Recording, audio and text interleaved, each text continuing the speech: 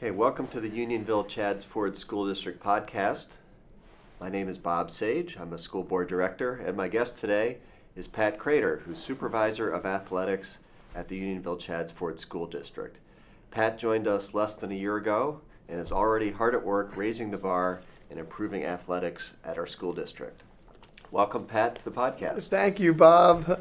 I appreciate you having me on this morning. Looking forward to talking sports. Yeah, we're here bright and early, 7:15 in the morning on a Friday. Appreciate everyone getting up early for this. So Pat, tell us, what does an athletic director do? Well, thanks. So an athletic director, I was at a conference a few years ago, and this experienced athletic director, I think she was from State College, PA, she stood up and she was talking about when she got her first athletic director job, and she was talking to her family, and her niece says, "Wow, you get to go to all the games for free if you're an athletic director," and she chuckled and she said, and yes, and so much more, and so the whole room got a little bit of a laugh out of that because it is a lot more than just the games. The games are the end result. That's the fun part. The whole job's fun, but I think what happens between 7 a.m. and 5 p.m. before the games start is really the meat of the job. And so an athletic director, I'll break it into a few categories. Some would say the AD stands for all duties. So I'll try to categorize what we do. So a big part of the job is athletic operations, I'll call it.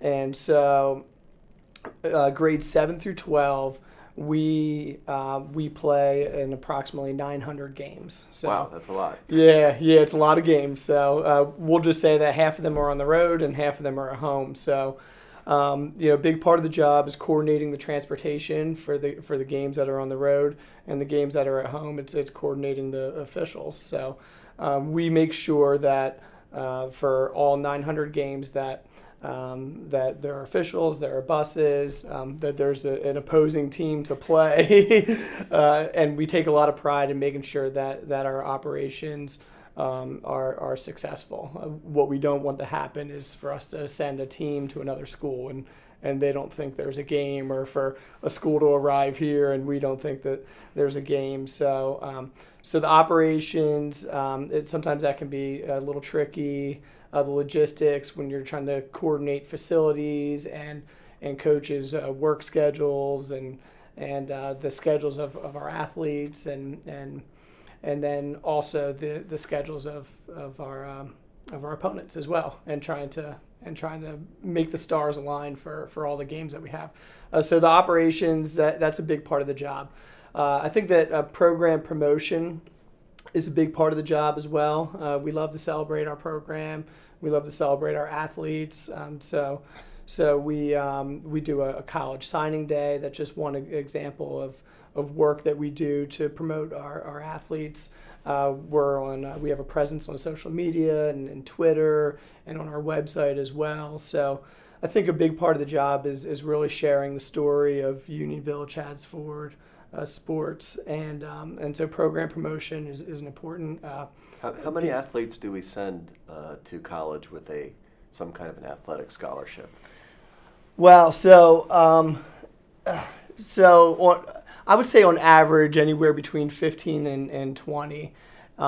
This year, however, has been exceptional. We've in our fall signing day, I think we had 16 student athletes sign a national letter of intent, and they are all signed and ready to go. And then we had a winter signing day as well, and it was another 13, 14, 15 athletes. So this year is an incredible number of athletes. We're very proud of those student athletes, and we'll still host another signing day in the spring as well. So we're expecting a handful of more athletes to go ahead and sign and take their academic and athletic careers at the next level.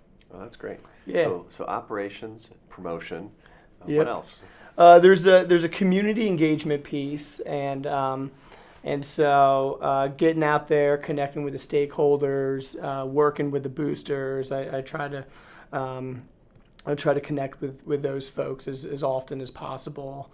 So we spend time, even just as we're doing right now, just sharing the story, speaking to our community members through the podcast here, and so I think that's an important part of the job is just connecting with the community, and we have relationships with Longwood Gardens and the YMCA, and we're sending teams to USTC today and All-Star Baseball, and so it's not just here on campus. It's the job extends outside of our boundaries here. I would say that I would just categorize the fourth piece of the job into other duties, and I think that the one thing that I'd share with people is the athletic director's role in the league, because we compete in the Chestmont League, and so I have a role in that league. Not only do we have monthly meetings and there's a banquet at the end of the year and everything else, but I'm responsible for chairing two sports. So I am the Chestmont League girls basketball chair. So I basically administer the bylaws of Chestmont girls basketball, and there's preseason and postseason meetings and all league voting and sportsmanship voting, and so I administer that.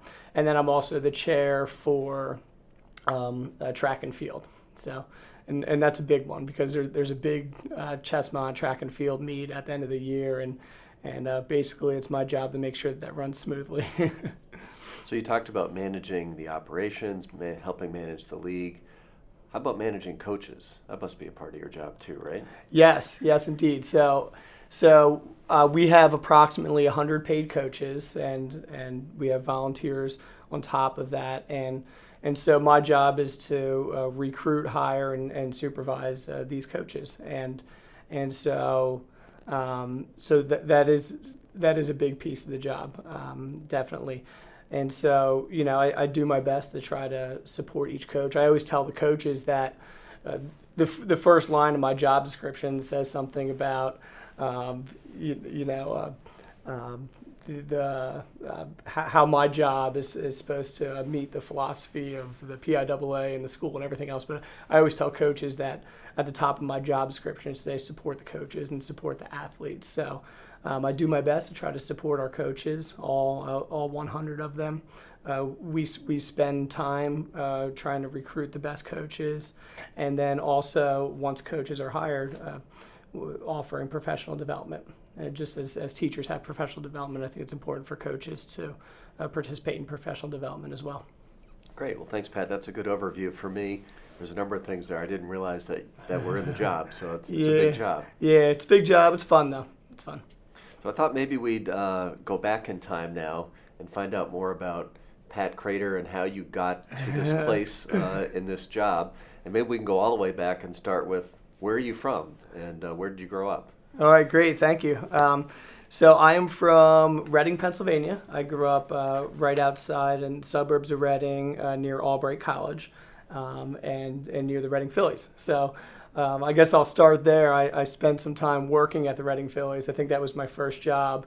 I was a ticket taker, and How old were you at that time? I think I was 14. Okay. 14 years old. That sounds like a great job for a 14-year-old. Yeah, it was great. You get there early and you watch batting practice and everything like that. And then once the gates open, you take the tickets. And then I guess before all the technology and everything, we used to hand count the tickets, and that's how we would know how many people, what the game's attendance was. Okay. Yeah.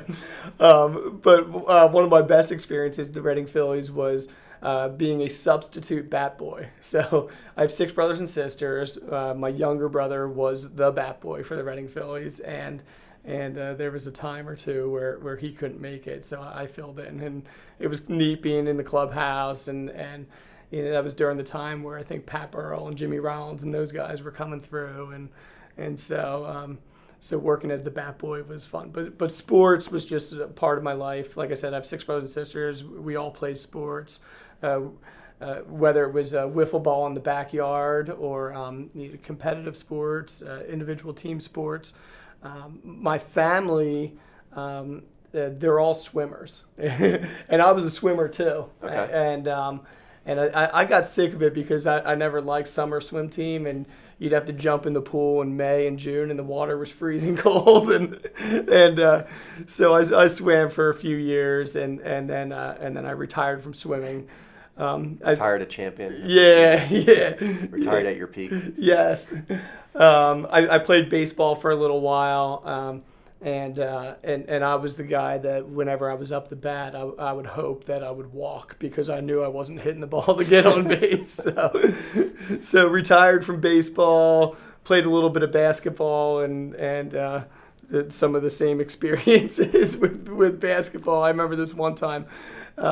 As the seconds were winding down in the game and the game was tied or something like that, and I get the ball and I'm standing right under the hoop and I'm unguarded and I shoot and I miss, and so basketball wasn't my thing, but I found my niche, I guess, and when I was in middle school playing or wrestling, and I played football as well, and so those were my two main sports that I played throughout middle school and high school, and some of my best experiences in school are wrestling and playing football. Oh, that's great. Yeah. What are some of those experiences you remember most, maybe as a high school athlete? So I'll share. I have many stories, but I think if I'm thinking about some of the experiences, the first thing that comes to my mind was my junior year in high school when my football team, we qualified for the district finals, and we got to go up to Hershey and play in Hershey Park Stadium, and it was just a great experience walking in and playing in this venue, and the locker rooms are much nicer than what we were used to back at school, and so.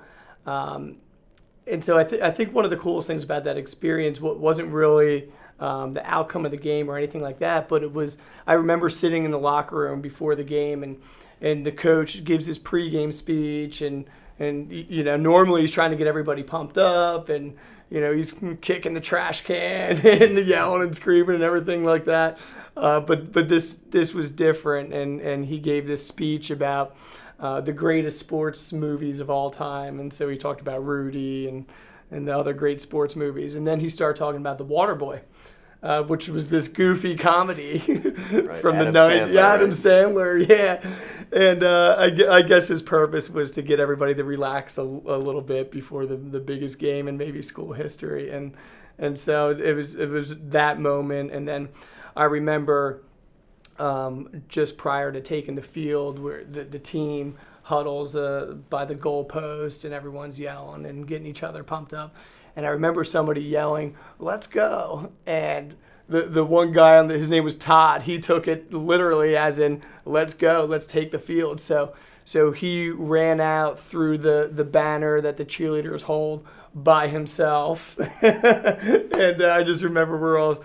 Again, this is the biggest game of the year and everything else, and we're all just laughing at our buddy who ran out on the field by himself. But I just think that my best memories were the ones that were fun and meaningful, and like I said, there's a whole lot of memories from playing sports. But Yeah, me too. I mean, I was also a wrestler. Yeah. And I have both my fondest and maybe my most painful memories from high school sports. I remember the first win I ever got in wrestling. I was a freshman. I was 85 pounds dripping wet wrestling in the 100-pound weight class. So I was getting pretty pounded most of the year. I think I lost every match until we got to the last dual meet. Mm-hmm. And I finally came up against someone who I could beat. Yeah. And the whole team went crazy for me because it was my first win. It was such a great feeling. That is great. And I also remember those matches where, there were a few where I knew I was going to get beat, and those were okay, but it's the ones where they were close, and I feel like I didn't, maybe didn't rise to the occasion that still bug me. I still think about it. It's kind of weird after 30, 40 years to think about things that happened when you were young and you wish you could have done them differently. Right. But sports is like that. I think it teaches you things like that. Yeah, the life lessons, it builds character, especially a sport like wrestling. There was a guest speaker here a few nights ago from the Positive Coaching Alliance, and he made a comment about how wrestling is one of the best sports for kids because of the character and the life lessons that it teaches. Yeah. We actually have a few wrestlers that are competing right now at the state tournament. We were up there last night in Hershey. So, Oh, awesome. yeah, just I'll put a plug in for those guys who are up there working hard at the Giant Center. Cool. So let's shift gears and talk about how you got into the world of education. So you're a high school junior or senior. What did you plan on doing at that point in your life? Oh man. So let's see. When I was in high school, I couldn't sit still. So I guess I didn't love school. I appreciated it, and I liked my teachers, and some of my teachers described me as the kind of kid that you gotta love with your hands around his neck, because I think I was just always antsy and didn't love to sit still. So I just say that's not our teaching philosophy. Yeah, right? yes. Yeah, just for the record. Thanks for clarifying, Bob. But I always knew that I wanted to do meaningful work and do something that I loved, and so sports was a big part of my high school experience, and so in order to pursue a career in sports or athletics, it was important for me to go to college, and so I said before that I have 6 brothers and sisters, and there was no way my parents were paying for me to go to college, so I figured I would follow in my pop-up's footsteps and pursue the military. So I joined the Army National Guard, and so I spent 6 years in the reserves, and that was a way to pay for my college education and also be a full-time student at the same time. So that was a great experience. 11 days after high school graduation, I still remember it. I'm on a bus heading to Fort Benning, Georgia, and that was just one of those life-changing experiences for me. And so when I returned home, I got a job at the Reading YMCA as the youth sports director. And I guess that's where it all started. I was 18 years old and in somewhat of an athletic administration role, and I loved it, and I knew that that's what I wanted to do. So I got my teaching degree, health and physical education. Again, wanted to do something fun. I wanted to do meaningful work, and the fun and meaningful work is in schools. So my first job was at Chatham Park Elementary School, and that was in the school district of Haverford Township. And I liked all my jobs, but being an elementary phys ed teacher was a lot of fun. It was hard, and it required a lot of energy, but it was also a lot of fun. I also coached wrestling, and then eventually I had a chance to move to the high school. Haverford High School. So I did 4 years at Chatham Park Elementary School, then I did 6 years at Haverford High School. Were you coaching wrestling at the elementary level, or is that just in the bigger district? Yeah, so I coached I was the head wrestling coach at Valley Forge Military Academy, and then I was an assistant wrestling coach at Marple, head wrestling coach at Marple, and then I was head wrestling coach at Haverford. And that was great. I was teaching, coaching in the same building, connecting with the kids throughout the day, the athletes, and so that was great. I was also assistant athletic director at Haverford High School and class sponsor and whatever else they needed me to do, I would do. So I had a lot of jobs there, and that was a great place. I got my first athletic director job at Sun Valley High School and also Northley Middle School. So it was a similar model to what we use here in 7 through 12 athletics.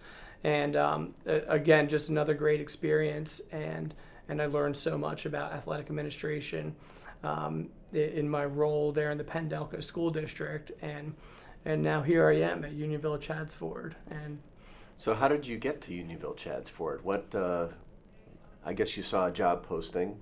What interested you about it, and what did you think about this district before you had arrived?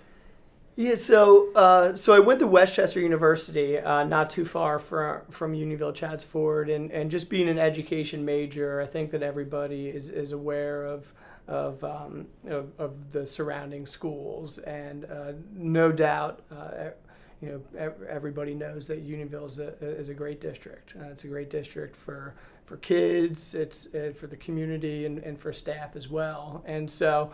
I'm sure when I applied for my first teaching job, I probably threw my application in here. We'll have to go back and see if HR has that on file. Yeah, 2006. Maybe went in the circular file. Right, right. But like I said, I ended up at Haverford, and so just Sun Valley is in the Chestmont League. Very familiar with Unionville just from league play. Even when I was coaching at Haverford, just being in Southeast PA and District 1, Unionville's the District 1 member school. So very familiar with Unionville, and just great reputation. And then when you step in on the inside, I think the things that you think are true about Unionville are true. So when you came here, I assume you knew some things about the district and about athletics in general. What did you find here, and where are you trying to take the district in terms of athletics? Yeah, so I think what I found here are I think that we have very intelligent and motivated, very friendly kids here, student athletes, non-student athletes, and they're just the kids are a pleasure to work with. I think that our parents and our community are engaged and they're involved and they're supportive, and that's always a breath of fresh air as well. And so if I speak a little more to athletics and what my goals are, my vision is really in this new model. So the district went with a 7 through 12 model. I believe in the past there was a high school athletics program and a middle school athletics program, and I'm sure they liked each other and worked together and everything else. But this job, supervisor of athletics for grades 7 through 12, one of my early goals here in Unionville Chadsford is to create a vertical alignment between our middle school and our high school program. So I've already seen our high school coaches sit on the bench at our middle school games, and I've seen our middle school coaches up at the high school games. Our boys basketball team, they invited the middle school basketball team to one of their team dinners, and our coaches meetings 7 through 12 are combined. And so I think it's some of the best athletic programs are ones where your middle school feeder program is right there with your high school program as well. What are the advantages of doing that? Is it just continuity, meaning like the kids learn things, maybe the middle school programs kind of run the same kind of plays or have the same philosophy of defense or things like that? Or what's the advantage to the students in the program of having that alignment?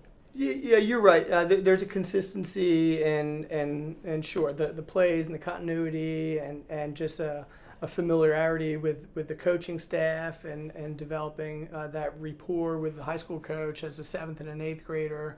But right, and I'll use boys basketball again as the example. Our middle school basketball coaches are using some of the same plays as our high school basketball coaches, and I think that'll help those kids be successful as they get into the high school. I also feel like outside of the game itself, 7 through 12 athletics is great for our parents and our community, because now some of the same expectations exist, and parents know what to expect when they come to the high school, because some of the rules and the expectations are the same in 8th grade that you'll experience in ninth grade and beyond as well. Great. One of the thing that's interesting and challenging about athletics, I think, is the whole concept of trying out for the team.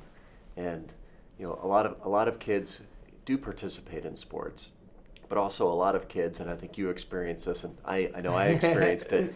You want to participate in the team, but you don't make the team. Yes. What's our philosophy on that as a district, and how do we manage that?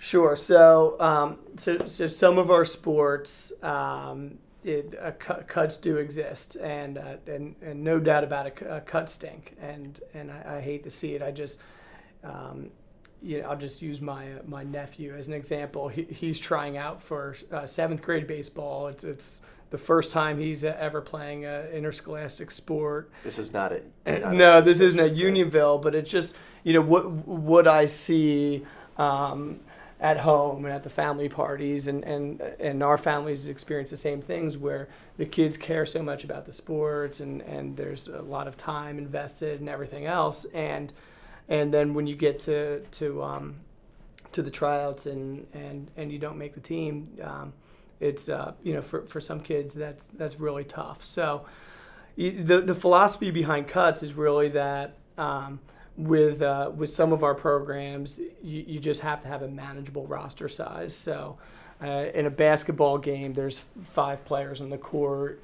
You keep 10, 15 kids on the roster, but there's 30 kids who try out, and the quarters are 6 minutes long, and it becomes impossible to give everybody the meaningful experience. And so the logistics is really what gets in the way of expanding the program and having more teams. It would be great if we had 40 kids try out for the basketball team, and we're able to have 3 or 4 teams for those kids to participate on. But the logistics don't allow for that. So, meaning what? Like we don't have enough courts for games and practices? Yeah, it would be everything. Facilities, transportation, officials, but I guess the biggest obstacle is that even if we hosted 4 middle school basketball teams, other schools do not. So there wouldn't be anybody to play against. So cuts are tough, and nobody likes having to cut an athlete. But what we do encourage our coaches to do is if somebody's going to get cut from a team, to have a conversation with that athlete, and a little pep talk, some feedback on what they can do to improve their skills, and also encourage them to get involved with something else at school. So our fall sports, football, cross country, 2 examples of sports where there's an unlimited roster size, and anybody can get involved, and so we so cuts are tough. Yeah. Different question. Tell me about booster clubs. How do booster clubs work? How do they support our athletic programs? And what do booster clubs do with the money that members pay? Sure. Good question. So booster clubs exist really at the high school level only, and I was interviewing a candidate once, and one of the questions is what's the role of the booster club? And he simply said the role of the booster club is to boost, and that's true. I guess that's well named. Yes, yeah. I guess that's where it comes from. Well named, right? So the role of the booster club is to support the program, the coaches, and really just the athletes. So the booster clubs, they put on the banquet at the end of the year. They host the team dinners, the pasta parties.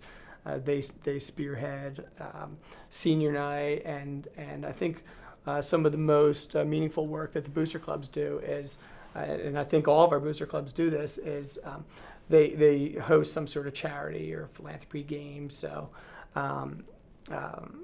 that's good work of the booster clubs, and I think that some of the best booster coach relationships are where the coach can focus on the X's and O's and coach, and then the booster clubs take care of everything else that makes it fun to be on the team as well. So the money that the booster clubs raise goes towards the banquet. It goes towards those team dinners. Sometimes there's a spirit wear or jackets or shirts that they would that the team receives, and so there's also a piece where the booster club would help supplement something that the school doesn't, and so I'll just give one example. Our swim team, the school provides swim caps, and it has the Unionville logo on it, and they look great and everything else, and so in swimming now, it's really cool to have your name on the cap as well. I think you see in the Olympics and everything else. So it was one of those things where we're trying to be financially responsible. as a department, as a district, and so we say, okay, the district will pay for the caps, but if you want, the extra bells and whistles, if you want the name on the cap, that's something that we would ask the booster club to cover. Okay. I guess when it comes to sports and financials, I've heard two competing philosophies, and I'll express them in probably their most extreme form, just to see, kind of probe you on this. Mm-hmm. I guess one philosophy would be the mission of our school is to provide a thorough and efficient education for our students. Mm-hmm. And in an extreme version of this, you could say, well, education doesn't include athletics. And so really the school district shouldn't be spending any money on athletics. Mm-hmm. And if we are going to have sports teams, those should all come from, private donations or booster clubs, or maybe be non-school activities like URA, club sports. I guess on the complete other side to it, you could say, well, sports are an important part of what we offer our students to have a full experience and to learn things that you can't learn in a classroom. And physical education and athletics are an important part of being a person. And so if we're going to develop the whole person, we should have sports and arts and other things besides just strict academics. And if we're going to do those, then the taxpayer ought to fund everything that's needed, including, the swim cap with their name on the back. How do you kind of balance those two philosophies, or where do you come down in your thinking about it? I believe that athletics is an extension of the school day, and that some of the most valuable life lessons are learned on the playing field or in the gym, swimming pool, and that character is really tested all the time in athletics. So when you're thinking about well-rounded students, I think that athletics really gives that piece, that character development piece, that lifelong lesson piece. How to overcome adversity, how to manage your time, how to communicate and work with a team, and all those life lessons, like I said, are learned on the field. And I think that those are important lessons for kids. And then, of course, as you mentioned, the whole health and physical activity component of sports as well. And I just, when I think about my own kids, and so I think this about our kids here at Unionville as well, I think at the end of the day, when I think about what do I want for our kids, and you could say we want to win a championship, or you could say that we want more college-bound student athletes. But if we just really want to simplify this for my own kids and for our kids here at Unionville, I just want kids to be happy and healthy. And I think that athletics provides a great place for kids to be happy. The sports are supposed to be fun at the end of the day. Teams want to win, coaches want to win, and kids want to win, but it's just supposed to be fun at the end of the day.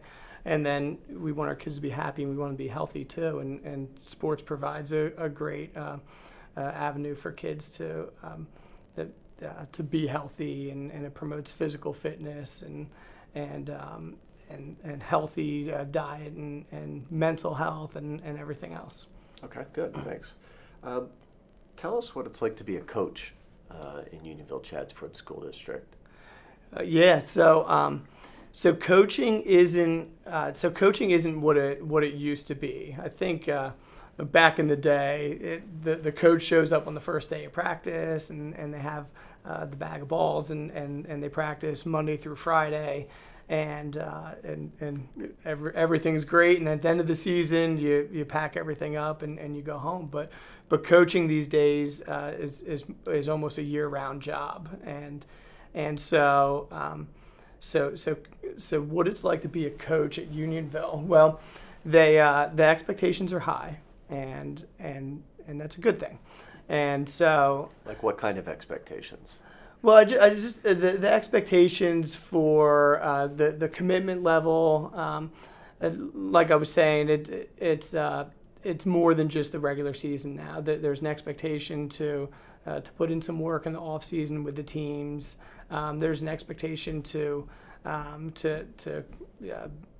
communicate with families and I guess that's a normal expectation, but there are professional developments that the school is requiring. There's trainings that the PIAA requires. There's trainings that there are rules interpretation meetings that District 1 requires. So it's just a lot more than just showing up from 3 to 5 o'clock and coaching. There's evening meetings. There's like I said, off-season meetings that occur, and so coaching's a lot. I think that it's fun to coach at Unionville. Like I said, great kids, great families, but the expectations are really high for coaches. What does it take to be a great coach, or maybe differently, when you hire a coach, what is it you're looking for? Well, I think we're looking for, first of all, somebody who is, I'll call it a kid person. You have to know kids. You have to understand kids. You have to know how they think, which buttons the push to get the most out of kids. And so we want coaches who are kid people. We want coaches who like kids. We want coaches who have a knowledge of the sport, of course, and who are able to teach the fundamentals of sports. We want coaches who are good communicators, establish those effective lines of communication, who have that level of professionalism, and we want coaches who understand that at the end of the day, safety's first, and this is supposed to be fun. What are some of the biggest challenges that you face in doing your job? So some of the biggest challenges that I face in my job, I will. From a larger perspective, we have 23 high school programs, we have 19 middle school programs, and we have 3 club programs. And as I mentioned earlier, we have 900 games and 1,300 athletes. So oftentimes there are 4 or 5 events going on at the same time. 6 days a week, sometimes 7 days a week. And so this is a good challenge, but it's important to me to try to be at 4 places at one time and make sure that I'm showing my support for all of our programs and all 1,300 athletes. And so that's a good challenge to have. And then at the same time, try to be a good father as well and make sure that I'm taking care of my kids and putting in the time that I need to at home as well. So. Like I said, it's a good challenge, but we do have a large athletic program here, and I just want to make sure that all of our coaches and our athletes and our family get the support that they deserve. You mentioned earlier, Pat, that the community, you found the community to be very supportive of our kids and our athletes and our coaches. What else could our community do to help you take athletics where you want to? What could our community do just to better support the program? Yeah, so like you said, our community is supportive, and so what they could better do, I would just say that if our community can continue to share the Unionville Chatsford story, really support our coaches and support our athletes, and so when the community recognizes the hard work that the coaches are putting in a year round, as I mentioned, late in the evenings and the weekends, and then of course the hard work of our athletes as well, and just be able to support our student athletes and everything that they're trying to do. I think that's really what we ask of our community is just to spread the good word and support our kids. With such a large program, I would guess there are situations that come up that maybe parents aren't happy about. For example, maybe their kid's not getting playing time and they maybe think they should be getting more. Mm-hmm. Or maybe they feel like the coach isn't developing the players as much as they should. Or maybe just the team isn't winning, and it makes people sometimes unhappy. As a parent, what would you advise a parent to do in those situations where they see something that maybe they either wish were different or think could be done better, or they have a concern? Sure. If there's a parent with a concern over playing time or wins or losses, I think that one of the best things a parent can do is encourage their child to speak with the coach and have a good old-fashioned conversation about whatever the concern is. So if it's about playing time, child can speak to the coach about what they can do to improve and to get some more playing time. And sometimes those conversations just don't work. And if that's the case, then we would encourage a parent to have a conversation with the coach themselves. And sometimes that would include me. Sometimes it doesn't. But I feel like when those conversations occur early on, everybody can. There's a better chance of people ending up in a good place after that. And overall, though, and again, I understand that we want to be competitive and that people put their heart and soul into sports, and some travel the country to get training and invest a lot of money. And scholarships are important to some families, but on the other hand, it's just high school and middle school sports, and this is just supposed to be fun. So I try to communicate that often, and just make sure that we have things in perspective. That these are our kids. We want what's best for them, of course, and that sports are supposed to be fun. Oh, that's cool. Yeah. I think that's really good advice, because when you were the first thing you said, for the student to talk to the coach, I think is really important, because my impulse as a parent, maybe this is emblematic of our era and current parenting style, my first impulse would be, I'm going to go talk to the coach. Mm-hmm. But I think having the student do that is really the right way to start the conversation. Yeah. It helps them build responsibility and Mm-hmm. to have adult-like conversation with an adult. Yeah, and those conversations occur more often than you'd think, and even more often than I'm aware of, because those conversations happen, and then both parties have a better understanding of each other's position, and then they move forward. Right. Good. You've been around athletics, you said, in District 1 and in the league for a while. How do our facilities at Unionville-Chadds compare to other districts? Oh, good question. So our facilities compared to other districts, I guess it depends on who you're talking to, really. Yeah, I got a funny story on this. I used to live in Houston, and right outside Houston there's a school district called Katy. It's pretty well known in Texas. It produces a lot of NCAA athletes. And they recently built a $76 million football stadium for their high school. So I guess compared to them, maybe we're not up to speed. But. Right, yeah, and so I say, I guess it depends on who you're talking to or who you're comparing to. The one thing I can say about our facilities is that they're well kept. I think that our facility staff, Mark Klein and his staff, the head custodian up at the high school, that's one of the first things I noticed when I came here in July for the first time. I walked in the building, and it's very well kept. It's very clean, and so that just creates a nice environment for our students here at Unionville.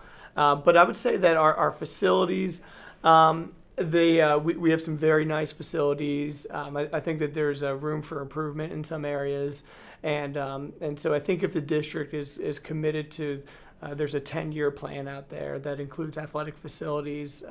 I think that'll help keep us on par, above par with some of our neighboring schools. So what's on that 10-year plan for facilities, or what are some of those things that maybe we could do with community support? Yeah, so I know right around the corner there's a turf and a track replacement. The current turf that we have is on its last leg, and so that's coming up. There are pieces on the 10-year plan where it's just a field repair in general. So I know next year we're going to be working on one of our middle school baseball fields that definitely needs some work. I believe somewhere in the plan is something about the press box. I think that sports these days and our programs have outgrown the current press box. There's all kinds of live streaming and radio broadcasts, and there are more and more people that need to be in that press box for various reasons. So that's on the 10-year plan, and so like I said, being committed to that 10-year plan can I think will help our athletic program. I think one other thing that the school board has talked about is potentially adding a second turf field. What would be the advantages of having another turf field? Sure. So just I think scheduling wise is big.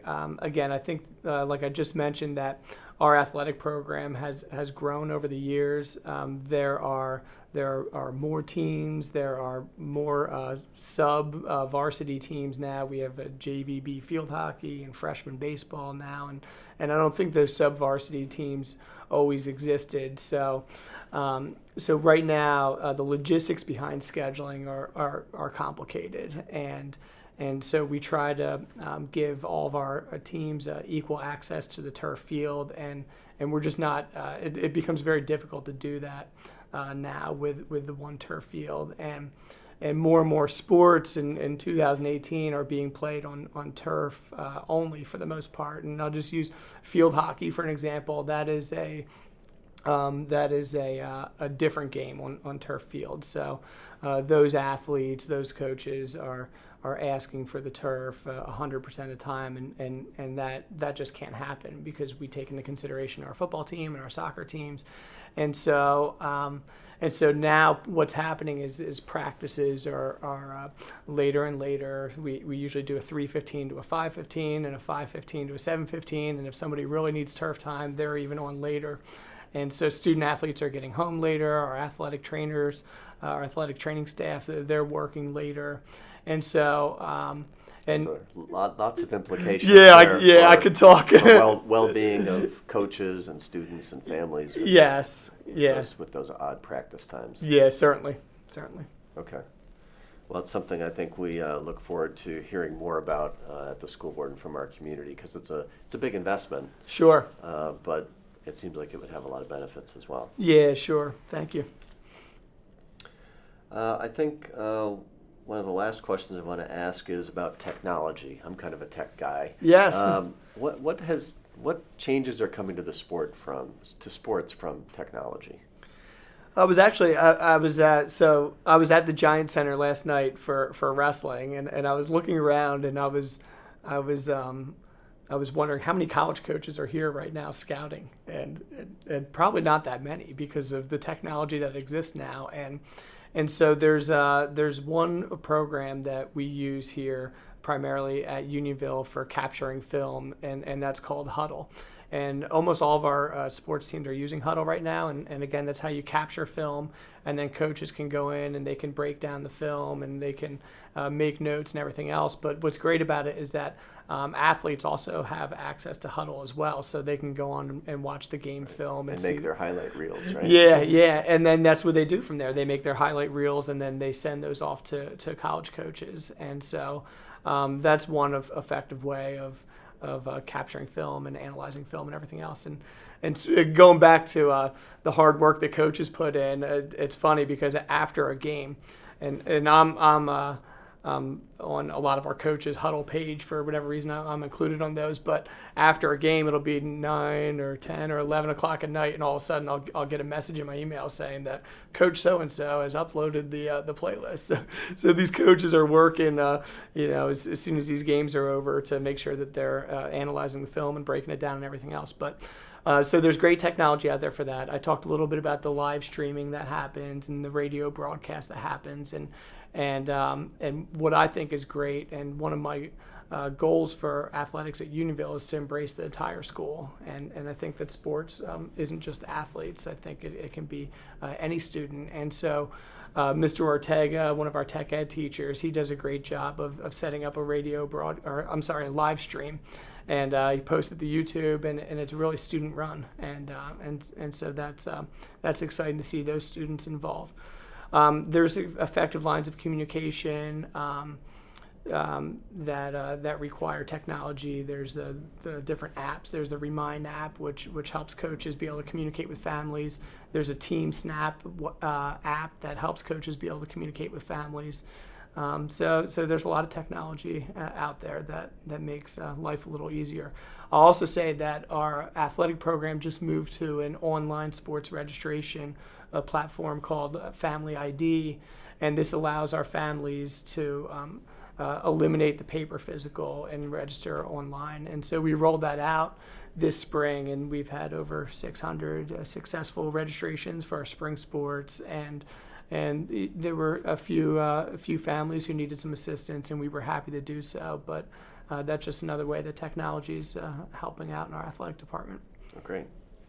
So any final thoughts you'd like to leave our community with about the athletic program at Unionville? No, I just want to thank everybody. I'm new here. I started in August, and I feel like it's been a warm welcome from our parents and from our athletes. So I really appreciate the support. I definitely want to give a shout out to the athletic staff members. There's Jody Weaver in the athletics office, and she does so much for the kids in our program. Our athletic trainers are some of the best around, Joe Vogler and Kathy Walshell. So definitely want to make sure that they get recognized. And our grounds crew, Paul Heron, he's one of the main guys in the grounds crew, and everybody else that gets those fields ready for our kids every day. Dave Boyer over in transportation, he plays a big role in athletics. And I already spoke about Mark Klein and the good work that he does, and just the administration, the school board, and I think that athletics at Unionville is great because of all the people who pitch in and help out. So we are very grateful for the people that surround our athletic program. Well, I'll second that and agree with you. It takes a lot of people putting in a lot of effort to make the program successful. Yeah, sure does. Well, my guest today has been Pat Crater. Pat, thanks for joining the Unionville Chadds Ford School District podcast. Thank you very much, Bob.